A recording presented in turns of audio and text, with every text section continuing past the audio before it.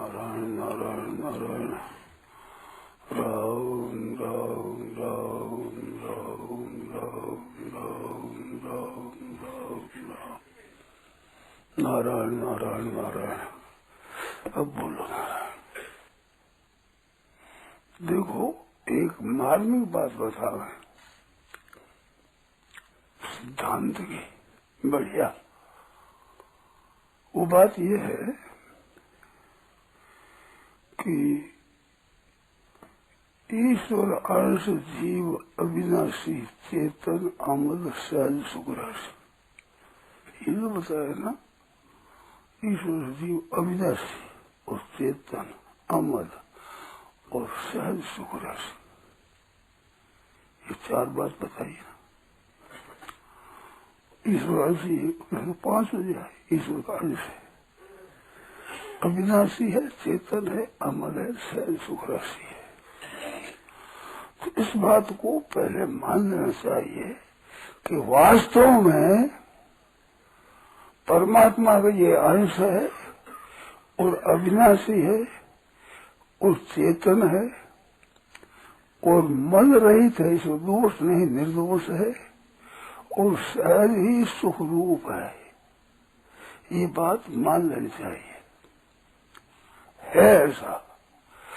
अब इसका अनुभव करना है, इसको बनाना नहीं है, ऐसा स्वतः है।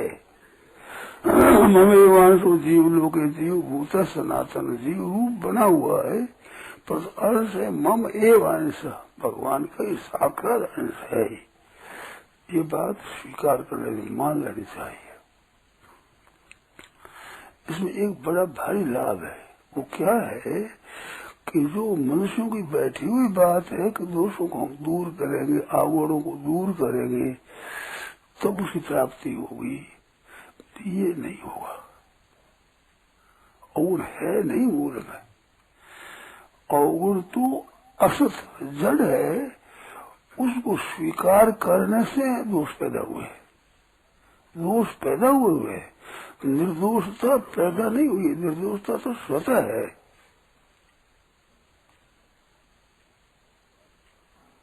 मैं जो क्या करता हूँ, जैसे सांसारिक वस्तुओं की प्राप्ति होती है, ये तरीका परमात्मा तत्व प्राप्ति में नहीं है। अपने वही तरीका लगाते हैं तो इस तरीके से करते करते करते ठीक होगा। तो उसको बचाने के लिए सबसे पहले बात यह है कि स्वरूप निर्दोष है। अब निर्दोष है, उसका अनुभव करना है, ये बनाना नहीं है, निर्माण नहीं करना है, पैदा नहीं करना है, ये स्वतः है। अब इस स्वतः होते हुए असत के संग से हम दोष पैदा कर देते हैं। क्यों? असत है ना, असत के संग से तो असत ही होगा। तो दोष जितने के वे दोष सब असत है, असत के संग से पैदा हुए। राग, द्वेष, हर्ष, शोक, चिंता, भय, उद्वेग आदि ये सभी असत के संग से। तो ये जब पैदा हुए, अब इसको उद्योग के द्वारा मिटाना चाहते हैं, ये नहीं है। उद्योग के द्वारा मिटाना चाहते, ये न करके निर्दोषता का अनुभव करना चाहिए, ये साधन करना है। दोषों को मिटाना नहीं है, दोष हमारे में नहीं है तो निर्दोषता का अनुभव करना है।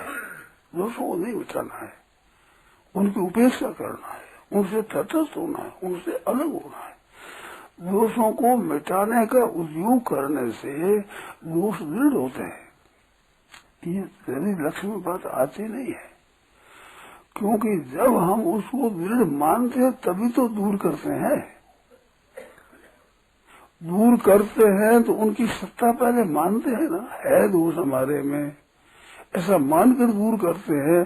तो दूर करने का तो अपना उद्योग होता है और साथ साथ उसको दृढ़ कर रहे हैं, साथ साथ दृढ़ कर रहे हैं। उनको है ये, इनको हटाओ, वास्तव में है नहीं। ये बात होनी चाहिए कि स्वरूप ये नहीं है, है ही नहीं। तो दोषों को पहले स्वीकार करके और फिर पर प्रयत्न के द्वारा उसको दूर करेंगे तो दूर नहीं होंगे जल्दी। प्रयत्न करेंगे तो अभिमान आएगा ही, अहंकार आएगा ही।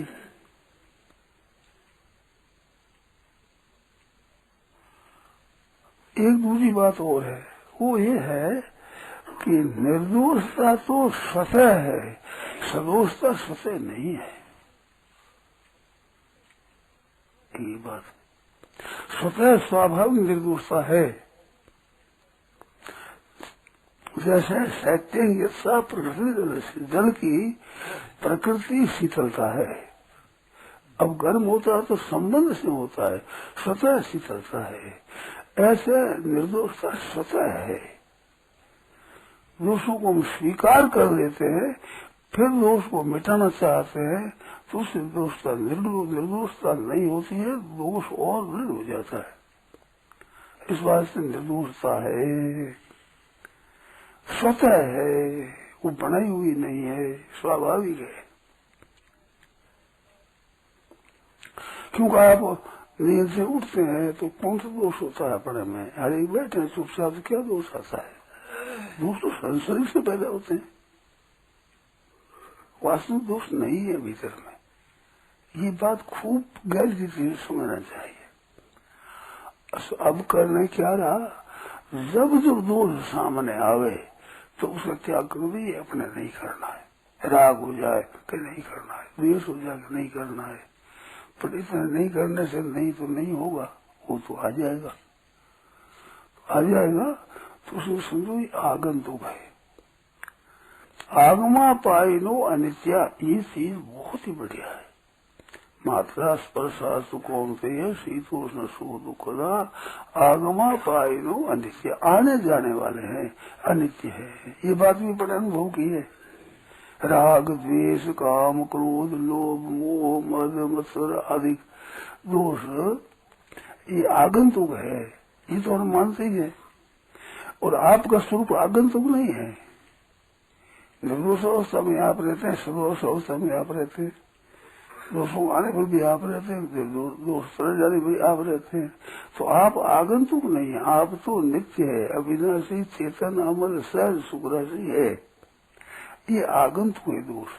तो आगमा पाइनो अनित्या, मैं तो ये भी कहता हूँ, कई बार कहा है कि आप में जब दोष आवे तो आगमा पाइनो अनित्या, आगमा पाइनो अनित्या जप करो, आवे बार बार याद करो तो मिट जाएगा, सुगमता से मिट जाएगा। कारण क्या, ये है चीज, ये तो है पहले से। ऐसी आगमा आने जाने वाला है, अनित्य। ये ठीक समझ आती है ना कि ठीक तरह से। तो साधक के लिए इसकी बहुत आवश्यकता है कि दोष है नहीं। अब उसमें जो जैसे असत्य बोलते हैं दोष है, सत्य बोलते हैं ये गुण है। तो सत्य बोलने लगे तो सत्य उद्देश्य करके और सत्य में बोलना है ऐसा रखोगे तो सत्य का भी अभिमान पैदा होगा। ये अभिमान सत्य बोलने से नहीं होता है, सत्य के साथ में असत्य रहता है, उस असत्य के कारण से सत्य का अभिमान होता है। ये है बारीक बात। वो असत्य पकड़ने में आता नहीं, वो पकड़ने में आता नहीं, पता है नहीं, पर असत्य स्वीकार किया है। अब सत्य बोलना जो को मैंने उद्योग साध्य कर दिया, ये गलती हुई है। हम कृति साध्य मान ले सत्य को, सत्य कृति साध्य नहीं है, सत्य तो है। ये कृति साध्य मानने से दोष आता है। तो सत्य का अभिमान होता है, और अभिमान संपूर्ण दोषों की जड़ है। अभिमान संपूर्ण दोषों की जड़ है। अभिमान की छाया में रहते सब दोष। अभिमान कब आता है कि जब गुणों को कृति साध्य मान लेते हैं तब अभिमान आता है। कृति साध्य मान लेते, कृति साध्य नहीं है। हमारा पैदा की निर्दोषता स्वतः है। तो निर्दोषता स्वतः है, दोष आगंतुक है। ये आते हैं जाते हैं, आते हैं जाते हैं। निर्दोषता आती जाती नहीं है, निर्दोषता तो पहले है, स्वतः है, स्वाभाविक है। अब निर्दोषता को सुरक्षित रखना है, ये अपना काम क्या है कि निर्दोषता को सुरक्षित रखना है, जिसको रक्षा करना ठीक है। योग क्षेम वहां में जो भगवान ने कहा है अप्राप्ति की प्राप्ति करे और प्राप्ति की रक्षा करूं मैं, तो वो रक्षा करना, तो वो रक्षा करने में भगवान की मदद है। इस तरह कि निरोधता सुरक्षित रखने के लिए भगवान कहते हैं अनन्य भाव से मेरा चिंतन करता है तो मैं योग क्षेम वहां में हूँ। अदोषता निर्दोषता तो पैदा कर देना है, निर्दोष उसकी रक्षा करना हम है, तो रक्षा करना भगवान का काम है। तो भगवान को याद करो, मुख्य बात ये है भगवान की मदद से दूर हो जाएंगे लोग, हो गई दूर, क्यों आगंतुक है नहीं, मूल में इनकी जड़ कट जाएगी। जब जानो कि ये पैदा होने वाला है, आगंतुक है नहीं है, ये दृढ़ से पकड़ते ही इनकी जड़ कट जाएगी। क्यों ये सत्ता पाते हैं आपकी सत्ता से, आपकी सत्ता तो है, उससे ये सत्ता पाते हैं तो ये दृढ़ हो जाते हैं। जब है ही नहीं तो वो मूल ही कट गया, है नहीं, आगंतुक आते हैं दूर, आते हैं जाते हैं, हमारे में नहीं है, स्वरूप में नहीं है, तत्व में नहीं है, ये याद रखना है। अब दोष आते हैं तो आने में दोष में अपना उद्योग न समझे, अपनी कृति न समझे मैंने निर्दोषता कर ली, ये निर्दोषता तो भगवान की कृपा से है। हमारे में कोई भी अच्छाई आई है, अच्छापन आया है, वो भगवान की कृपा से है, हमारा किया हुआ नहीं है, हमारा बनाया हुआ नहीं है। हमारा बनाया हुआ मानने से अभिमान आता है, हमारा बनाया नहीं उसमें अभिमान कैसा आएगा, हमारे किए हुए ही नहीं है, ये तो भगवान की कृपा से है। तो निर्दोषता है और भगवान की कृपा है। अब क्या है, जो निर्दोषता करोगे तो आंशिक निर्दोषता होगी। जैसे हम सत्य बोलते हैं तो सत्य बोलना आंशिक है, सर्वथा सत्य होने में सत्य का अभिमान नहीं रहेगा, ये कहेगा है। यदा किंचित यो हम द्विवेदान, थोड़ा जानता था अभिमान होता है, और मैं सब जानता हूँ ऐसा अभिमान होता है। और जब किंचित किंचित स्मृत सदा अवगतम तदा मुक्त हो स्मित ऐसे पता रहेगा। तो पूर्ण गुण आने के बाद में गुण का अभिमान नहीं रहता, अभिमान रहता है अधूरे गुण में।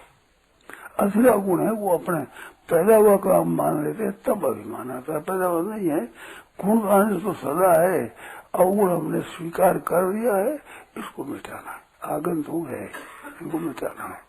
तो जड़ इसकी कट गई। अब निर्दोषता, अपने में निर्दोषता है स्वाभाविक, इसका अनुभव कर, मैं समझू सब आदमी अनुभव कर सकते हैं कि जब कुछ भी नहीं करते, किसी से संबंध नहीं, तो उस समय दोष है ही कहाँ, उसमें दोष नहीं है। तो निर्दोषता स्वतः है, स्वाभाविक है। अब आंशिक गुण है, सत्य है, वासना है, दया है, क्षमा है, उदारता है, समता है, त्याग है, ये जो कुछ है ये आंशिक होते हैं। तो आंशिक का अभिमान तब आता है जब आंशिक को अपना किया हुआ मान रहे। ये आंशिक तो आंशिक निर्दोषता से जो अभिमान आता है और वो दृढ़ होते हैं, दो गलतियां होती है। एक तो अभिमान आता है, एक वो कृषि होने से उसको मानते हैं हमारे करने से गुण आएगा, तो दोष है निर्दोषता हमारी की हुई मान लेते हैं। तो की हुई मानना अभिमानना दो गलती हो गई। तो ये नहीं है, निर्दोषता तो स्वतः है। अब इसको सुरक्षित रखना है, तो सुरक्षित कैसे रखे? इंद्रिय से अर्थ राग द्वेष व्यवस्थित हो। प्रत्येक इंद्रिय के विषय में राग द्वेष है, तो क्या करे? और न वश मागत, ये बात हमें तो ऐसा मालूम हुआ, कई वर्षों पहले की बात है, तो ये पाठ करते करते मालूम होती व्यवस्थित अब कैसे करें? तो कहा और ना बस मांगत, प्रसन्नता हुई। कलकत्ते में रहता था, उन दिनों की बात है, घूमता था, घूमते ही पाठ करता था, पाठ करते करते श्लोक आया, तो ये आते एक प्रसन्नता हुई कि भगवान ने कितनी शुभ बात बताई कि आज तुम बस मत हो, और राग वश को भी काम मत करो, द्वेष की बसी क्रिया मत करो, वो उसके बसी वो तो काम कर देते हैं तो उदृढ़ हो जाता है। तो बस में मत हो। बड़ी खुशी आई, भगवान बड़ा शुभ उपाय बताया कि इनकी बसीभूत मत हो। ये उपाय हमारे बहुत प्रसन्न है मन में। कहते हो ना बस मार्ग अच्छे तो ऐसे क्यों दोनों ये परिबंधित तुम्हारे मार्ग में जुटे रहे। न प्रदेशित प्रियम प्राप्त है नो द्विजित प्राप्त सा प्रियम। अप्रिय अप्रिय प्राप्त है, हर्षित न हो उद्विग्न न हो। ये याद रखे, अपने विकार स्वीकार न करें। ये विकार स्वीकार करते ही द्वंद हो जाएगा पैदा, दोष और निर्दोष आपस में द्वंद हो जाएगा। राग और द्वेष और रस और शोक द्वंद, और द्वंद है मिटते नहीं। द्वंद्वे विमुक्ता सुख करेंगे निर्द्वंदो ही महापो सुख बंधा तो मुझते। तो ये द्वंद हो जाएगा। तो भगवान की दी हुई निर्दोषता है, उसको अपने स्वीकार करना है। निर्दोषता स्वतः है और भगवान की आई जितनी भगवान की कृपा से आई है, ये भगवान की कृपा है। निर्दोषता को स्वीकार कर लेना है, ये है इस बार स्वीकार करना है, नया नहीं। निर्दोषता नहीं आ जाएगी, नया पर स्वीकार नहीं, ये पुरानी है। तो भगवान की कृपा से है, स्वतः से निर्दोषता। दोष है वो कृत्रिम है, वो बनावटी है। अब राग हो जाता है पदार्थों में, तो राग होता है किसमें होता है कि जो जड़ पदार्थों में रुचि है ना, अच्छापन दिखता है, अच्छापन इनमें बढ़ियापना अच्छापना है। भोगों में और संग्रह में जो अच्छापन दिखता है ये जड़ है, खास अच्छापन दिखता है। तो अच्छापन इसमें क्या है? बुराई देखो तो बुराई बहुत है, अच्छापन थोड़ा सा है, और बुराई ज्यादा है। तो अच्छापन दिखता है, ये गलती है। इसको बदलिश होती है, रुचि है इधर की, भोगों की, संसार के संयोग की, ये रुचि दोष हो इधर है। इस रुचि को अपने मिटाना है। कैसे मिटाए? तो भगवान पुकारो और अपने करना नहीं है। आ जाए तो बस में नहीं होना है। तो ये होता बस में आदत से तो आ जाए तो बस में नहीं होना। बस में न होने से एक उत्साह पैदा होगा कि देखो हम ऐसा मौका पड़ गया, ठीक है। जैसे किसी से आपको कड़वी जुबान कह दी और कहने पर आपको गुस्सा नहीं आया तो एक प्रसन्नता होगी कि आज तो बच गए भाई, आज तो हम बच गए। तो आप बच गए, जो प्रसन्नता होगी ना, तो उसमें कृपा मानो भगवान की, हमारा उद्योग न मानो, ये भगवान की कृपा। आज तो बच गए, तो बच गए तो दोष अन्य तो बसीभूत हो जाते, बच गए उस बचने में भगवान की कृपा मान है। और ये निर्दोषता स्वतः सिद्ध है।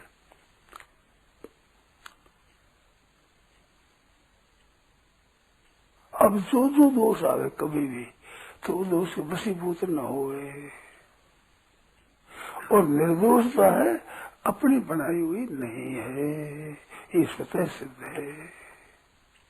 भगवान ने पहले निर्दोषी बनाया है। निर्दोष है ही, बना हुआ क्या? भगवान मम एव अंश, एव कहने का तात्पर्य क्या?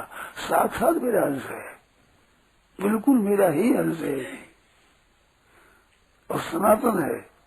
जीव रूप बना हुआ जीव भूता है, जीव है नहीं, मेरा बना हुआ है। तो ईश्वर अंश जीव अविनाशी चेतन अमर सहज सुख राशि। तो मैं वांशु जीव लोगे जीव भूता सनातन मन सृष्टा इंद्रियाणी प्रकृति स्थानीय, प्रकृति में स्थित रहने वो कहता है। तो इन्हों प्रकृतिस्थ कहा है ना, तो इसका तात्पर्य है कि आप परमात्मा के अंश होते हुए परमात्मा में रहते नहीं है। और ये जो दोष है जितने मनसा इंद्रियाणी, ये प्रकृति में स्थित रहते हैं, ये बड़े कृतज्ञ है जो प्रकृति में प्रकृति में स्थित रहते हैं। तुम परमात्मा का अंश परमात्मा स्थित नहीं रहते, इनके साथ रहते, इनको खींचते हो, गलती हुई ना। ये अच्छे हैं मनसा इंद्रियाणी, ये प्रकृति में स्थित रहते हैं, प्रकृति जाते ही नहीं चाहे। ये तो सपूत है, अपने कपूत हो गए। भगवान के होते, भगवान में स्थित नहीं है, इनका साथ करते हैं, इनको खींच देते हैं। ये आगंत है, कोई भी हमारे स्वीकार करने से ये जबरदस्त नहीं आते। मनसा इंद्रियाणी प्रकृति स्थानी कर सती, ये अपना मान लेता है तभी आते हैं, अपना नहीं मानते ये नहीं, ये जरूरत आ ही नहीं, ये तो प्रकृति बनाएंगे सोते ही। हम गलती करते हैं, इनको अपना मान लेते हैं, हमारे में राग द्वेष है, हमारे में नहीं है। आप में तो है ही नहीं परमात्मा का अंश। आप तो आते हैं तो मन बुद्धि में आते हैं, तो मन बुद्धि दोषी है ही, प्रकृति का आदि तो दोषी है ही। तो इस बात आते हैं, हमारे में नहीं आते हैं। इस बात को दृढ़ता से पकड़ पाए, बहुत लाभ की बात है, सार बात। नारायण नारायण नारायण नारायण नारायण। यह प्रवचन परम श्रद्धेय स्वामी जी श्री राम सुखदास जी महाराज द्वारा माघ कृष्ण पंचमी विक्रम संवत 2047 श्री कृष्ण संवत 5216 तदनुसार दिनांक 7 नवंबर 1990 को प्रातः करीब 5 बजे नित्य स्तुति के बाद मीना सतोरा पर हुआ।